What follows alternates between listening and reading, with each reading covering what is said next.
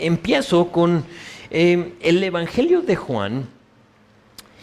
No tienes que voltear a él, estamos en Marcos, pero el Evangelio de Juan es el único que registra una historia que todos ustedes conocen. Es la historia de la muerte de Lázaro. ¿Recuerdan Lázaro? Juan es el único que lo registra y habla de Lázaro y sus hermanas María y Marta. Allí en Juan 11 nos dice que Jesús amaba a Marta, a su hermana María y a Lázaro. Ahora, no lo resalta o no lo dice que los amaba a ellos y no a otras personas, sino que lo resalta Juan porque después de eso algo muy interesante sucede. Le mandan el recado a Jesús, tú conoces la historia, de que estaba enfermo Lázaro.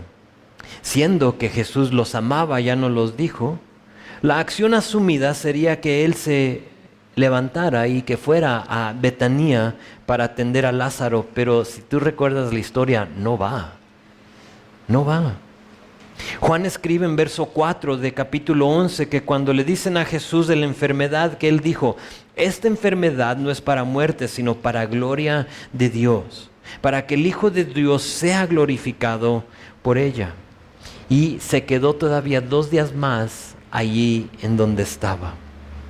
En resumen, el resto de la historia nos dice que Jesús llega a Betania 4 días después de que se había enfermado Lázaro y él ya estando muerto, ya estaba entumbado. Se acerca primero Marta a él y le dice, Señor, si hubieses estado aquí, mi hermano no habría muerto. Y escuchas en esas palabras el dolor que ella tenía, el decir, híjole Señor, ¿qué pasó? ¿Por qué no llegaste? Más adelantito sale María, que María era la que no quiso estar con él en ese momento. Le mandan y le dicen que viene Jesús y ella también va con Jesús y dice que se postra delante de él y le dice lo mismo, Señor, si hubieses estado aquí no había muerto mi hermano. Y lo que parecía como un retraso, lo que era una demora, lo que se veía como una mala decisión de Jesús, resulta ser en exactamente lo que él quería que pasara. Por algo Jesús se demoró. Por algo Jesús se detuvo ahí donde estaba por 2 días más. Dios iba a usar este retraso, esta demora, esta decisión realmente inexplicable, porque cuando uno lee ese texto dice, ¿y por qué se esperó? O sea, ¿por qué no ir? ¿Que no los amaba? Y a veces nosotros vemos así los retrasos como nosotros los percibimos de Dios, las decisiones inexplicables de Dios y decimos, Señor, ¿por qué? O sea, no entendemos por qué estás haciendo las cosas como las haces. Pero Él les había dicho, recuerdas, para que Él sea glorificado. Esta enfermedad, esta demora, lo que va a suceder esta historia es para que yo sea glorificado. Allí en Juan 11, después de haber resucitado a Lázaro, dice en versículo 45, después ya de que todo esto pasó y las hermanas ya, ok, está vivo nuestro hermano, dice, entonces muchos de los judíos que habían venido para acompañar a María vieron lo que hizo Jesús y creyeron en él. Y a veces lo que nosotros vemos, percibimos como tardanza, como demoras de Dios, son bendiciones para otras personas. Nuestra historia aquí en capítulo 5 de Marcos es eso. Es una demora como se va a ver de parte de Jesús. ¿Por qué? Porque vamos a ver que hay una emergencia. No solo una emergencia, sino que hay un retraso, hay un propósito y al final veremos que va a haber un milagro. Eso ya lo veremos la semana que entra. Aquí en este texto tenemos la historia de la hija de Jairo y la mujer con flujo de sangre. Son 2 historias que están sucediendo a la misma vez, al mismo tiempo. Y lo que parece ser un retraso para uno resulta ser una bendición para otro. Jairo va a pedir ven y él va a ir en camino y luego va a ser una demora, un retraso y él va a decir ¿qué onda? ¿Por qué? Obviamente no lo dice, pero me imagino yo en su corazón lo está diciendo. Y veremos que eso es de bendición para otra persona. Y creo que nuestro texto hoy nos va a ayudar y la manera que lo podemos aplicar es a no ser tan exigentes a no ser tan egoístas o tan insensibles con los demás, que no seamos personas que anteponen el interés propio al ajeno. Porque muchas veces en medio de la dificultad, ¿a poco no somos los que decimos, Señor, atiende mi necesidad en este momento? Necesito que me escuches hoy. Y luego pasa el tiempo y nada sucede. Y dices tú, ¿y qué está pasando? ¿Qué no me escucha Dios? Y a veces Dios está diciendo, pero espérame, es que es una demora. Y tú no sabes lo que yo estoy haciendo en la vida de otra persona. Ahora sé que es muy diferente al mundo, porque el mundo nos dice que tú hagas, nos dice tú muévele, tú pelea por ti mismo, si tú no te cuidas nadie te cuidará, pero tenemos que entender que el mundo se olvida que hay un Dios que quiere ser glorificado, y a veces y con frecuencia Dios se glorifica a través de nuestros padecimientos. Es difícil para nosotros aceptarlo y por lo tanto tenemos nuestra historia hoy. Lo veremos, como dije, en 2 domingos, en su totalidad es de versículo 21 a 43. Hoy veremos solo lo que leímos a versículo 34 en un estudio que vamos a titular A su debido tiempo, parte 1. A su debido tiempo, parte 1. Y como lo hacemos usualmente, vamos a dividirlo en 3 partes. Y si tomas apuntes, puedes escribir ahí versículo 21 a 24 va a ser la emergencia. Pues ahí nos vamos a dar cuenta de esta emergencia. Pero versículo 25 a 34 hay una demora. Hay una demora. Y luego la próxima semana veremos versículo 35 a 43 que va a ser la victoria. Entonces, emergencia, demora, victoria. Empezamos con la emergencia en versículo 21. Dice así: pasando otra vez Jesús en una barca a la otra orilla, se reunió alrededor de una gran multitud y él estaba junto al mar. Entonces, después de haber mostrado su victoria sobre la naturaleza, ¿recuerdan con la tormenta que los llevó a Gadara cuando cruzaron? Y Jesús se mostró victorioso sobre la tormenta o sobre la naturaleza. Vemos que después se muestra victorioso sobre los poderes demoníacos, en lo que le expulsa a los demonios a el hombre de Gadara. Y después de eso, ahora es tiempo de ver la victoria sobre otra cosa. Y en este caso es la enfermedad. Cruzan el mar de Galilea y me imagino yo a los discípulos un poco nerviosos, un poco temerosos, porque ¿qué pasó la última vez que se subieron a la barca?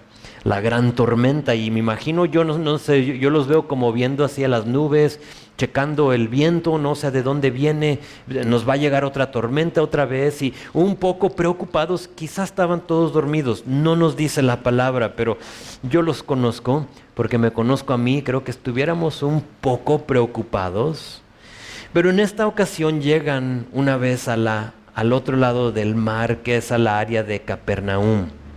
La gente lo ve, porque ahí dejó a esa gente. Ven que llega, inmediatamente se acercan a Jesús.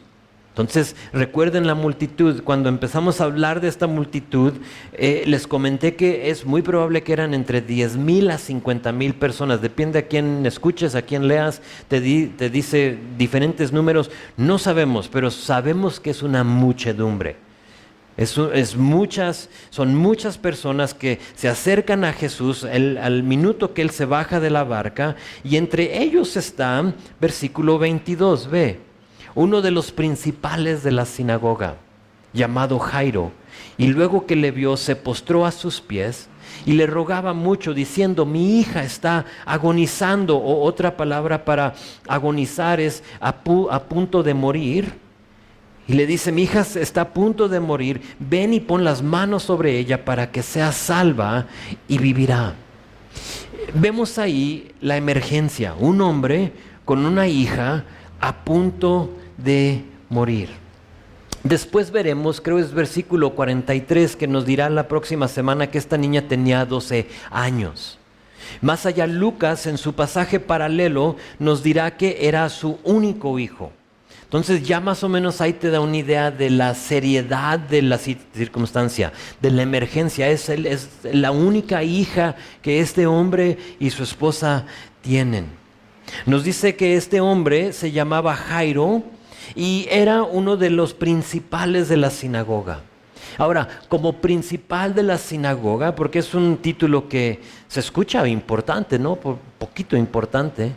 Tenemos que entender que como principal de la sinagoga, su deber era lo siguiente. Él era la persona que se encargaba de seleccionar a los lectores o los maestros en la sinagoga.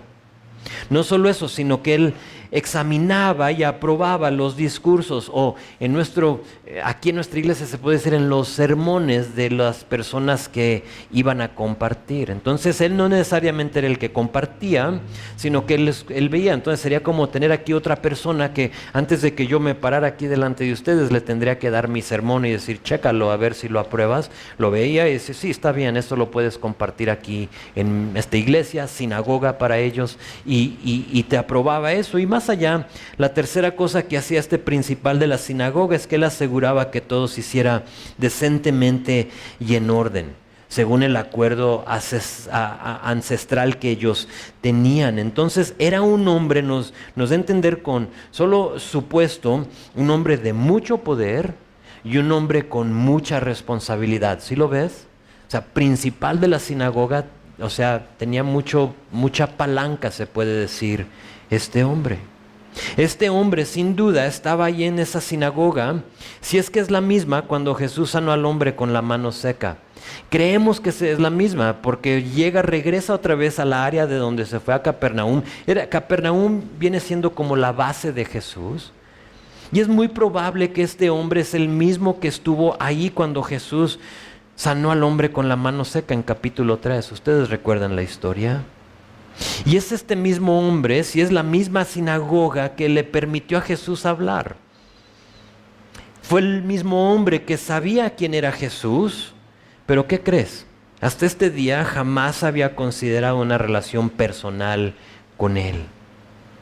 Y eso me llamó la atención porque examinando la vida de Jairo, vemos que hoy en día hay muchos que viven con un conocimiento de quién es Jesús, pero sin algún impacto personal. Lo conocen, sí. Si le preguntas a la gente en el centro, ¿sabes quién es Jesús? A lo menos que no seas tu esposo o vecino, te va a decir, sí, es el que está colgando en la cruz. Muchos le permiten a Jesús hablar sin dejar que sus palabras penetren su corazón. Y eso es lo que pasaba en la vida de Jairo. Él lo había visto, había escuchado, le había permitido el espacio para hablar, pero nada había entrado a su corazón. En la vida de Jairo hasta este día no había necesidad de Jesús. Es muy probable que él dijo, es padre que él sane al de la mano seca. Está bien que él expulse demonios, pero no me pidas que tome una decisión personal. Y así percibimos y así vemos a este hombre Jairo. ¿Hasta qué crees? Hasta que llegó la desgracia. Y en ese momento, cuando llegó la desgracia en la vida de Jairo, lo vemos ahora una persona totalmente diferente. En este caso lo vemos diferente porque él viene y dice la palabra que se postra ante Jesús. Eso de postrarse es una postura de sumisión. Y básicamente está diciendo, Él es Dios, o sea, Él tiene la autoridad. Y nota que Jesús lo recibe. ¿Y por qué lo recibe? Porque es Dios. No le dijo, párate, o sea, no puedo, lo recibe. Y se postra delante de Jesús y le dice, mi hijita se está muriendo. Por favor, ven y pon tus manos sobre ella para que sane y viva. Se me hace interesante que Jairo ahora tiene que pedir de lo que él había visto y oído en Jesús anteriormente. Ahora sí él tiene que decir, pon tus manos sobre ella, sánala. ¿Te acuerdas, Jesús, cómo sanaste a aquel hombre con la mano seca? Haz ahora lo mismo para mí. Se acerca a Jesús porque había observado, ¿qué crees? Una autenticidad, algo real en él. Supo que no era un charlatán, una persona que nomás andaba tratando de estafar a la gente. Jesús tenía un ministerio real Y cuando la gente lo veía, sabían, es algo auténtico en él. Hay algo genuino en Jesús. ¿Y qué creen? La gente nos observa a nosotros de la misma manera. Tenlo por seguro que hay gente a tu alrededor escuchando y viendo lo que está pasando en tu vida. Pero ¿qué crees? Para ellos todavía no se ha llegado el momento de actuar. Todavía no han tomado ese paso que tomó Jairo para venir a postrarse delante de Jesús. Ahora tienes que saber que ese paso todos lo tomarán. Es Romanos 14, versículo 11, lo puedes anotar, te lo leo. Dice que ante Dios se doblará toda rodilla y toda lengua lo confesará como Dios. Y tarde que temprano todos lo van a confesar. Y a nosotros Dios nos ha puesto en las vidas de los demás para que como Jairo vean lo que Dios está haciendo en y a través de nosotros. Y a nosotros lo que nos corresponde es confiar en Él, mantenernos listos para cuando ese día llegue, tú puedas estar listo y atento para llevar a esa persona a los pies de Cristo. Pero para que tú puedas hacer eso es muy importante que mantengas una vida recta, no perfecta. Estoy hablando de recta, perfecto Jesús. Sí, pero nosotros sí podemos vivir una vida recta, podemos vivir una vida en humildad, podemos vivir una vida entregada a Cristo para que no seamos obstáculo para aquellas personas. Y porque Jairo había visto esto genuino, algo genuino en Jesús, viene en medio de la desgracia y se postra delante de él y dice, ayúdame, auxilio, mi hija necesita ayuda. Para Jairo la decisión o el día de decisión llegó, pide ayuda, Jesús lo ve y vean qué pasa. Verso 24, fue pues con él y le seguía una gran multitud y le apretaban. Me detengo ahí para ver esa primera frase, fue pues con él. Noten que Jesús no está guardando rencor. Noten que Jesús no dijo, ok, ahora sí que me necesitas, ¿te acercas, amiguito? Sácate. O sea, tú viste lo que yo, y ahora sí porque necesitas de mí. ¿Y a poco no somos nosotros muy amantes de hacer eso? Bótate. ¿Me necesitas? Chale, ya no. ¿Cómo no viniste cuando yo te ofrecía algo? Jairo en este momento se encuentra necesitado y Jesús le contestó. Jesús no guardó rencor, simplemente dijo, va, ¿a dónde vamos? ¿A tu casa? Está bien.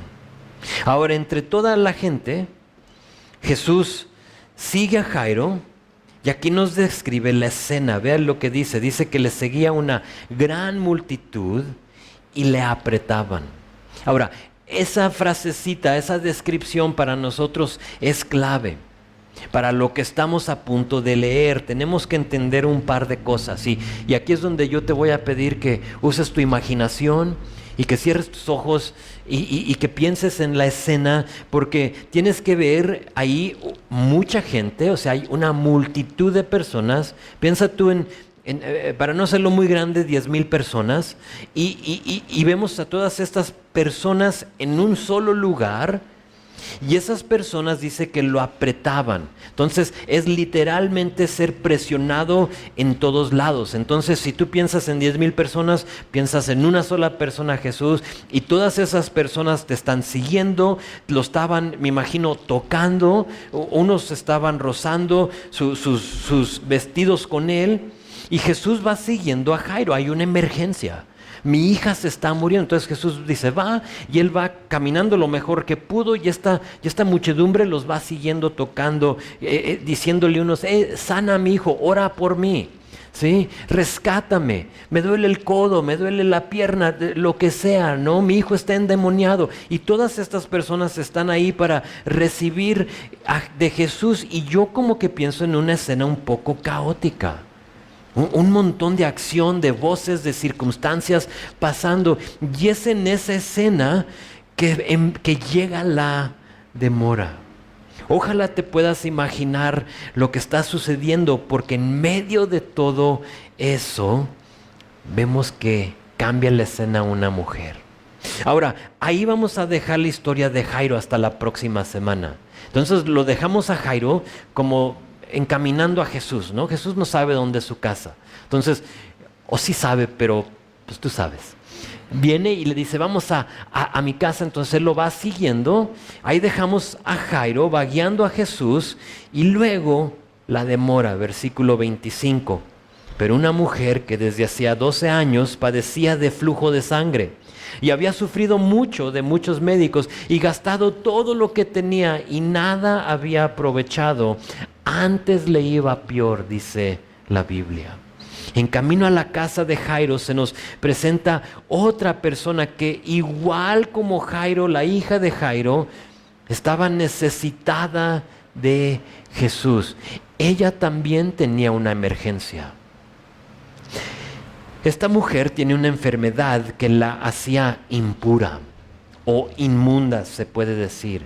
Según Levítico 15, versículo 25, una mujer con flujo de sangre fuera del tiempo de costumbre. Ahora, cuando digo eso, ustedes me entienden, fuera de tu ciclo menstrual, esa mujer, si seguía sangrando, sería una mujer inmunda, una mujer impura. Ahora, capítulo 12 de Levítico te explica y te dice cómo se purificaba la mujer después de su ciclo menstrual, pero aquí en capítulo 15 de Levítico habla de un flujo ya exceso, ya fuera de lo común, aparte de 7, 8 días o lo que suceda ese tiempo. Nos da a entender que había una impureza en esta mujer. Y por lo tanto, todo lugar donde ella se acostaba, donde ella se sentaba, todo lo que ella tocaba era inmundo. ¿Te imaginas vivir la vida de esta mujer? 12 años. No podías tocar algo, tú me das de tomar de tu vaso y le dabas tu botella de litro y tomaba y dices, no, pues quédatela, ¿no? O sea, ya, ¿qué? Impura. Te la picho, ¿no? O sea, es tuya. La solución para esta mujer, cuando el flujo terminara, era esperar 7 días. Y después de ser libre del flujo, y a través de unos rituales de purificación señalados en la ley de Dios, para el 8º día ya era limpia. Pero esta mujer tiene 12 años impura. Jamás pudo ir a esos rituales de purificación.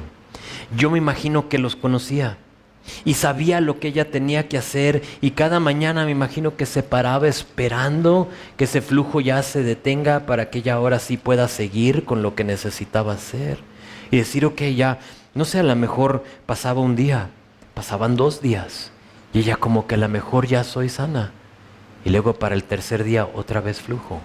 O a lo mejor era algo continuo, que ya lo tenía, o sea, días, no había ni esa esperanza de poder ir a purificarse.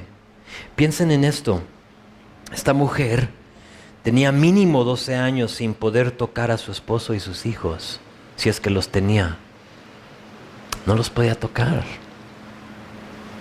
Es decir, tenía 12 años como una persona marginada, como una persona rechazada por una enfermedad que ella no pidió. Y para tratar de solucionar su problema, nos dice el texto que había visto todo médico. Había ido a todo médico, a todo especialista. Se había hecho todo estudio que se permitía o que estaba disponible para ella. Ha sufrido todo gasto, nos dice. Ya no tiene dinero. Ha gastado todo, ha sufrido mucho. En lugar de ayudarle, todo esto le ha perjudicado. Y esta mujer se encuentra sin dinero, se encuentra con dolor, se encuentra avergonzada, se encuentra rechazada, pero ¿qué crees? Una más cosa que es clave en esta historia, se encuentra desesperada. Esta mujer está totalmente desesperada, ya no sabe qué hacer. 12 años con este flujo de sangre impura, no forma parte de la sociedad. Los leprosos, si recuerdas, cuando hablamos de ellos tenían que estar en un lugar fuera de la ciudad. Y cuando te venía a pasar la gente, en lugar de llamarte tu nombre, te decían impuro, impuro.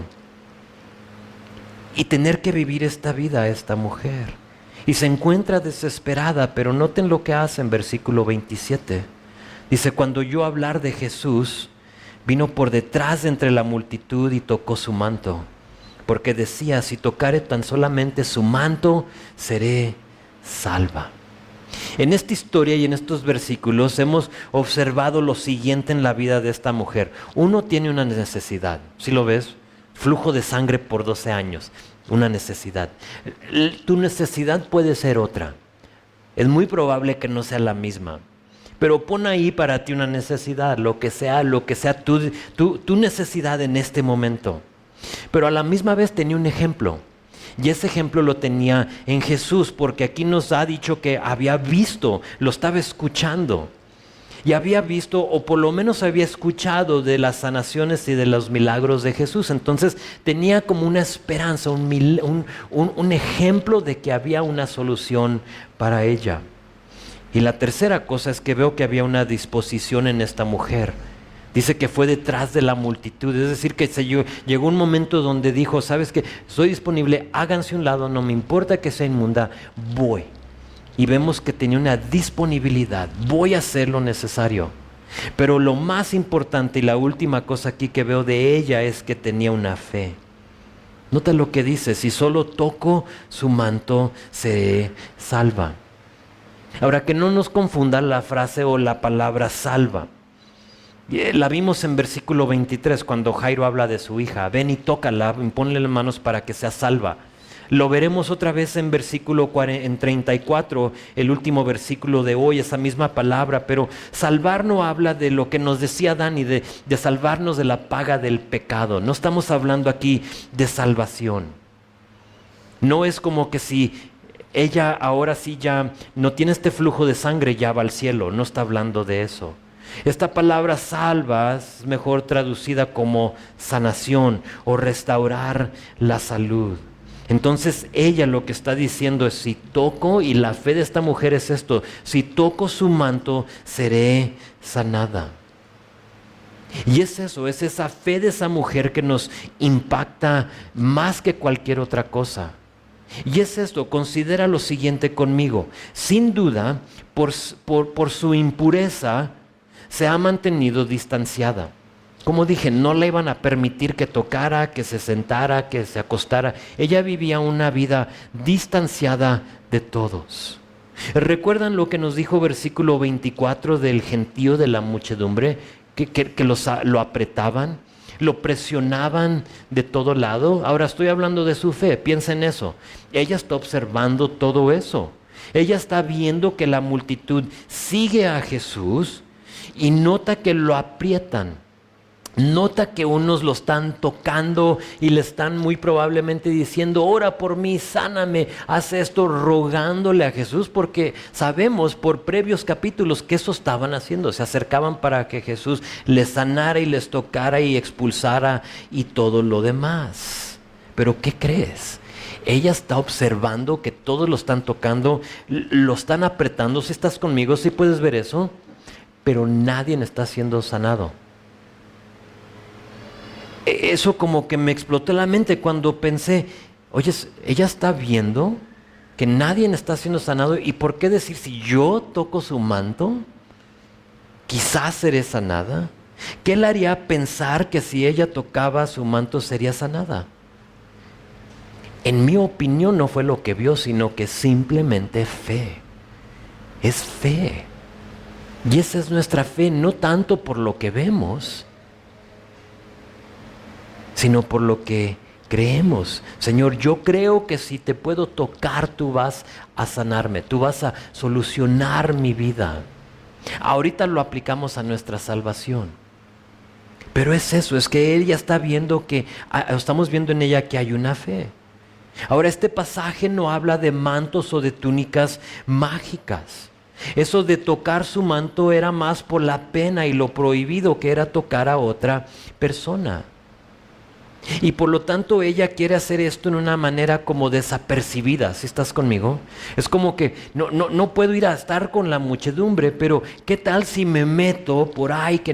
No vaya a ser que el vecino me vea y que diga, impura, porque inmediatamente le hubieran señalado Y ella dice, tengo la disponibilidad de hacerlo. Y va y camina y en una manera ella piensa desapercibida. Dice, si solo puedo así como tocar su manto, quizás seré sanada.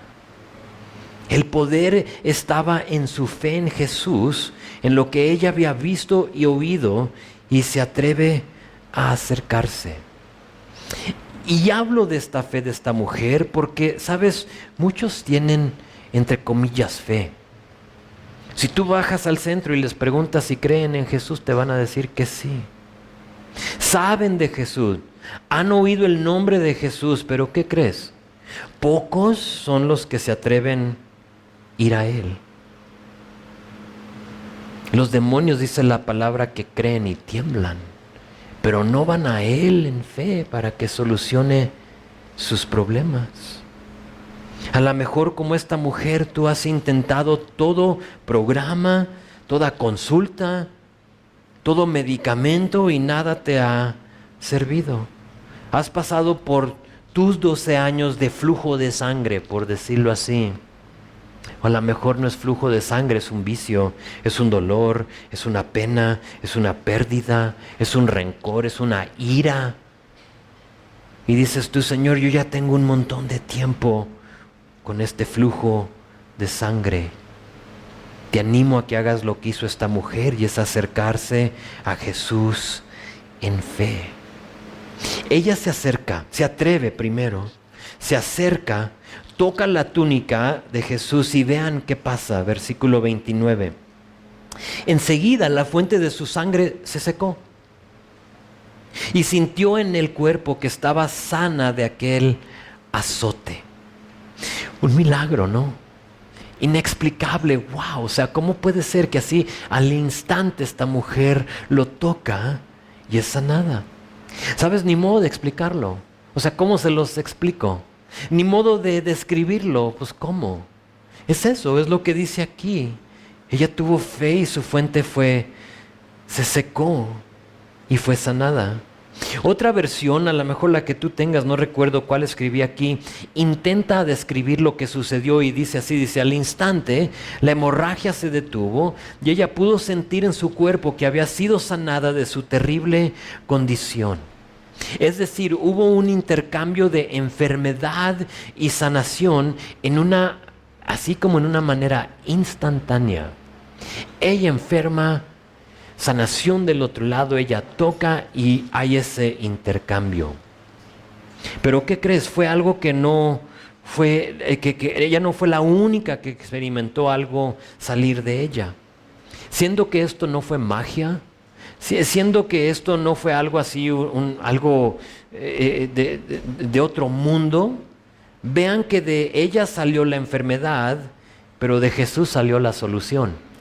Entonces eso nos lo relata en versículo 20. Dice, luego Jesús, conociendo en sí mismo el poder que había salido de él, volviéndose a la multitud, dijo, ¿quién ha tocado mis vestidos? Al momento que ella recibe esa sanación y sale de ella esta enfermedad, Jesús también supo que algo había pasado en él. Era algo interno. Ahora, nadie alrededor de esta mujer supo que había pasado, porque no era como que con el hombre de la mano seca que de pronto ya la tenía sana. Era algo que pasó en su ser. Ella supo que en ese momento se secó. Pero Jesús también supo que algo sucedió en él, interno. O sea, algo pasó, no entiendo qué está pasando. Multitudes lo tocaban, ¿recuerdan? Multitudes se acercaron con necesidades, pero cuando esta mujer se atrevió a tocarlo en fe, salió el poder sanador de Jesús. Fue algo tan perceptible, tan palpable, que él hace una pregunta, dice, ¿quién ha tocado mis vestidos? Ahora, no preguntó porque no sabía quién era. Es Dios. Dios es omnisciente, todo lo sabe. Entonces no es como que, se me escapó, o sea, híjole, pensaba que era perfecto, pero no lo soy. Entonces, ¿quién me tocó? No, ¿quién sería? ¿Dónde estás? ¿Por qué te escondes? No es que no sabía. Tampoco pregunta esto, ¿quién ha tocado mis vestidos? Porque estaba enojado. O sea, ¿quién? Porque lo podemos percibir de esa manera. ¿Quién me tocó? Déjenme. que sería una locura, ¿no? Porque todos lo estaban tocando. Sino que yo creo que Jesús preguntó quién tocó mis vestidos porque quería que hubiera acción de parte de ella. Es eso. No es como que vas a recibirlo y ahí muere. Ahora piénsalo, ella ya estaba sana y pudo haber huido sin decir nada, ¿a poco no? O sea, lo sintió, supo que en ese momento se había secado. Y como aquellos que Jesús, ¿te acuerdas? 10 leprosos, si no me equivoco, que Jesús había sanado y que se van todos y solo uno regresa, ¿recuerdas? Para darle las gracias. Ella pudo haber sido uno de los 9, decir fuga. O sea, me sanó y me voy. Y sabes, no está en mis notas, pero me vino a la mente que muchas veces así recibimos al Señor. O sea, recibimos lo que queremos y fuga.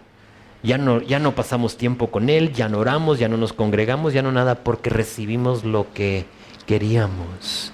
Pero en este momento Jesús no la deja huir y pregunta, ¿quién ha tocado mis vestidos? Ahora los discípulos reaccionan como tú y yo creo hubiéramos reaccionado. Vean versículo 31. Sus discípulos le dijeron, ¿ves que la multitud te aprieta y dices, ¿quién me ha tocado? Yo creo que en este momento ellos están diciendo, creo que Jesús ya está deshidratado. No ha comido, ya no está bien. ¿Recuerdas que su familia llegó en los previos capítulos y se lo quiso llevar? Que Jesús, ya ni estás comiendo. Ven, o sea, ya te necesitamos alejar de esta gente. Y en este momento yo creo que ellos están pensando lo mismo. ¿Por qué? Porque había cienes. Es muy probable que hubiera millares de personas apretando a Jesús y Él tiene la audacia de preguntar quién le tocó. O sea, no puede ser. Todos te están tocando. ¿Cómo que quién te tocó? Nosotros así lo veríamos, pero que no se nos pierda esto. Esto creo que es clave aquí en este versículo. Muchos llegan, muchos aparentan estar tocando a Jesús, pero no sale poder de Él. Y por lo tanto, ¿quién me tocó? Llegan aquí, vamos a usar esta iglesia como ejemplo, se sientan, aguantan la alabanza. Quizá comentan y dicen, pues no tocaron las canciones que a mí me gustan, pero estuvo más o menos, ¿no? Soportan mi prédica y se van sin haber tocado a Jesús. ¿O estuvieron cerca? Sí. Apretándolo están todos. Y están queriendo algo de Él. Escucharon su voz, claro, pero no hubo ningún paso de fe en esas personas. Y solo entró y salió. Estoy hablando de la persona que quizá llegue a esta iglesia, pero sin la expectativa, o le podemos poner ahí la palabra fe, de esta mujer. Hablo de la persona que solo llega aquí para cumplir su deber cristiano. Ha habido gente que llega porque tiene otro que hacer, llega, se sienta un ratito, hace una oración y se va. Y digo, chis, ¿y eso qué? O sea, ¿por qué mejor hazlo en tu coche? ¿Para qué te bajas? ¿No? Aquí no hay como algo especial. Dios está en todo lugar. Y a veces así llegamos.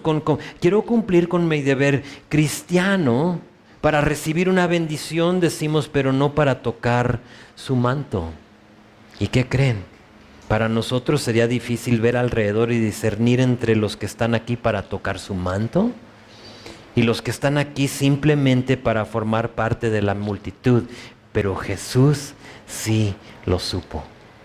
Y ese es mi punto en esto. Cuando Él dice, ¿y quién me tocó? Es porque Él supo que a su alrededor hay gente tocándolo. Quizá aquí entre nosotros hay gente que dice, pues lo escuché. O sea, sé lo que tengo que hacer, pero no estoy dispuesto a ir a tocar a Jesús. No estoy dispuesto a tomar los pasos necesarios para ver lo que Él tiene que hacer y experimentar lo que Él quiere hacer en mi vida. Se los confirmo, vean verso 32. Dice, pero Él miraba. O sea, después de que, oye, es que estás mal, Jesús. Todos te tocan, dice, pero él miraba alrededor para ver quién había hecho esto. La gente lo sigue tocando, la gente lo sigue apretando, pero él estaba buscando esa persona que se acercó a él con la expectativa de un milagro. Nada le decía que ella iba a ser sanada con tocarlo, porque todos lo tocaban. Era algo interno, algo en ella que decía, yo tengo fe lo suficiente para saber que Jesús puede solucionar mi circunstancia. ¿Qué es para ti? A la mejor es una enfermedad. Para otros puede ser problemas en tu trabajo, problemas familiares. Esposo, esposa que no conoce al Señor. Puede ser una multitud de cosas y tenemos que llegar al Señor con esa fe, decir, Señor, tú puedes hacer el milagro. Sea tu voluntad, yo lo creo. Metafóricamente, Jesús está mirando alrededor hoy en este lugar buscando a aquellos que se han acercado a Él en fe. Él mira alrededor, ella con pena se esconde. Y vean qué hace, sabemos que se esconde porque vean versículo 33. Entonces la mujer, temiendo y temblando, sabiendo lo que en ella había sido hecho, vino y se postró delante de él y le dijo toda la verdad, o sea, todo lo que estaba pasando. Y él le dijo, hija, versículo 34, tu fe te ha hecho salva, ve en paz y queda sana de tu azote. Ella no tenía la menor idea de cómo iba a reaccionar Jesús y por lo tanto la vemos temiendo y temblando. Porque, ¿sabes? Hay varias opciones. Jesús pudo haber reaccionado de varias maneras. Fíjate, Él pudo haber dicho esto, salte de aquí, que eres una mujer impura. ¿A poco no? O sea, es lo que la ley decía. Entonces Jesús bien pudo haber dicho y estado en lo correcto y hubiera tenido la razón para decirle a esta mujer, salte de aquí, ¿qué te pasa? Tú quédate allá a la orilla. Tú no debes de estar aquí, pero ¿qué crees? Jesús no hace eso. Jesús también pudo haber dicho, ¿por qué me tocas? ¿Acaso yo te llamé? O sea, ¿por qué estás aquí? Y lamentablemente ese es el punto de vista de algunos que hoy en día en la iglesia que reservan la salvación solo para aquellos escogidos, entre comillas. Y dicen, solo los que Jesús llama son salvos. Y Jesús pudo haber dicho eso aquí, ¿no? O sea, ¿por qué vienes a mí? O sea, ¿yo te llamé o qué? Espérate a que yo te llame y luego te salvo y luego te sano, pero no lo hace. Fíjate lo que hace Jesús. La tercera reacción es verso 35. Hija, has sido sanada porque confiaste en Dios. Vete en paz. Queda sana de tu aflicción. Las palabras de Jesús en versículo 34 nos revelan unas cosas importantes. Son tres que te quiero compartir esta mañana. La primera es esta, que la sanación no vino a través del manto. La sanación simplemente fue otorgada por medio de fe. Fíjate lo que dice, hija, tu fe te ha hecho salva. No es el manto lo importante. Ahora, ¿puede Dios usar mantos para sanar? Si Él quiere, sí. Dios puede hacer lo que Él quiera. Entonces, no sé si recuerdas, pero usó el mandil de Pablo en Hechos. Usó la sombra de Pedro en Hechos. Y es posible, Dios lo puede hacer, pero esto es lo importante en cuanto a mantos, porque sé que a veces, y a lo mejor tú has ido a una iglesia donde tienen el manto santo y tienen diferentes cosas. Por ahí hasta vi una iglesia, algo absurdo, ya hace años, pero que vendían a través de quizá un canal como Enlace o uno similar, que vendían carteras santas. Y si tú comprabas esta cartera por un buen de dinero, tú le echabas dinero y se multiplicaba el dinero en ella. Y dices, tú no manches, ¿de veras alguien lo compró? Sí, vendieron carteras santas. Pero tenemos que entender esto en cuanto a carteras, mantos, todo lo que sea. Mantos sin fe en Dios son solo mantos. No tienen ningún poder. La mujer fue sanada no por el manto, no porque lo tocó, sino porque tuvo la audacia de acercarse a Jesús en fe. Eso es lo que sana. La segunda cosa es, quiero que dirijan su atención a esta última frase de versículo 34. Nótalo ahí, dice que quedó sana, o le dice, queda sana de tu azote. Jesús hablándole a la mujer. La palabra queda está escrito en su idioma original, que es griego, en el imperativo presente, que a lo mejor tú dices, ¿y eso qué significa? ¿Qué es el imperativo presente? Simplemente es un tenso que se refiere a un mando o una orden absoluta y actual. Te lo resalto porque estoy diciendo que esta mujer es sanada en ese momento para siempre. Es decir, ya jamás tuvo flujo de sangre. O sea, para siempre. No es como que, me imagino que ella se paraba en las mañanas diciendo, híjole, voy a sangrar. Y pasaba el día 1, y el 2, y el 3, y el 554, y ya jamás tuvo flujo de sangre. Ese queda sana está escrito en el imperativo presente.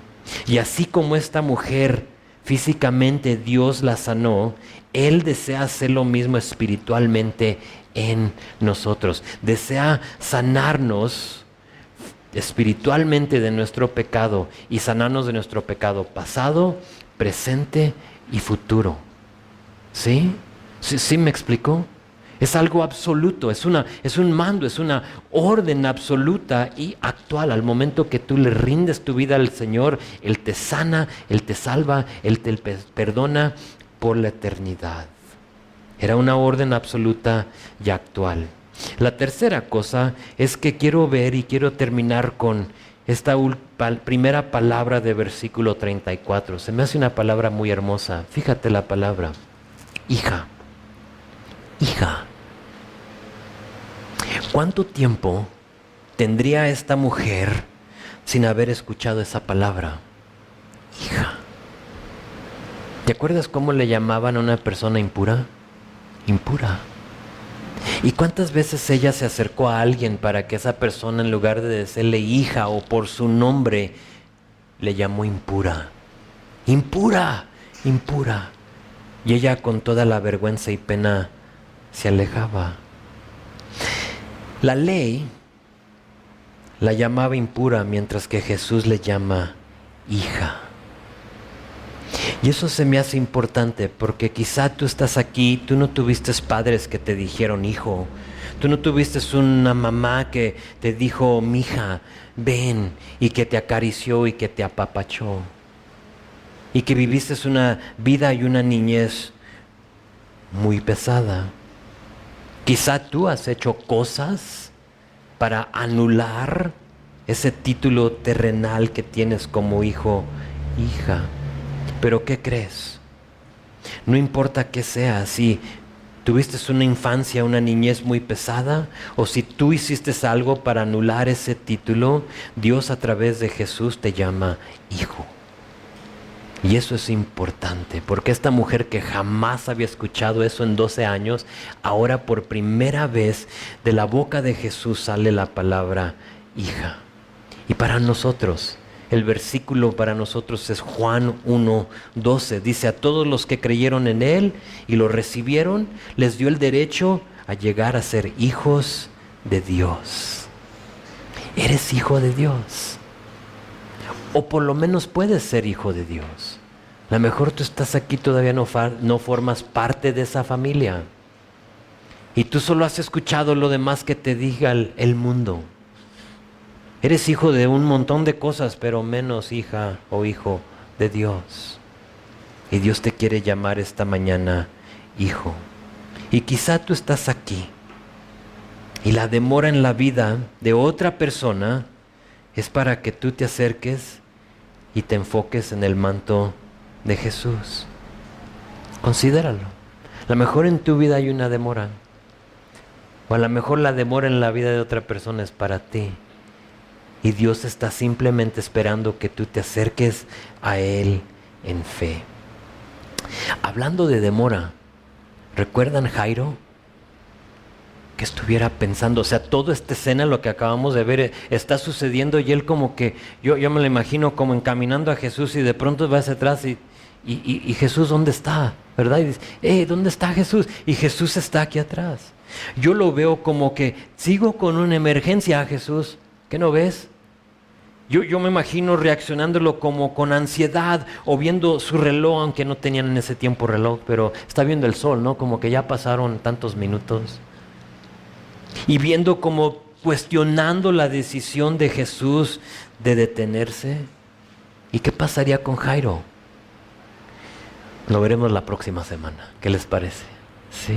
Creo que por hoy lo dejamos ahí porque no tenemos el tiempo para examinar el resto de la historia, pero a lo mejor es bueno porque quizá entre de nosotros hay una mujer, un hombre con flujo de sangre, por decirlo así.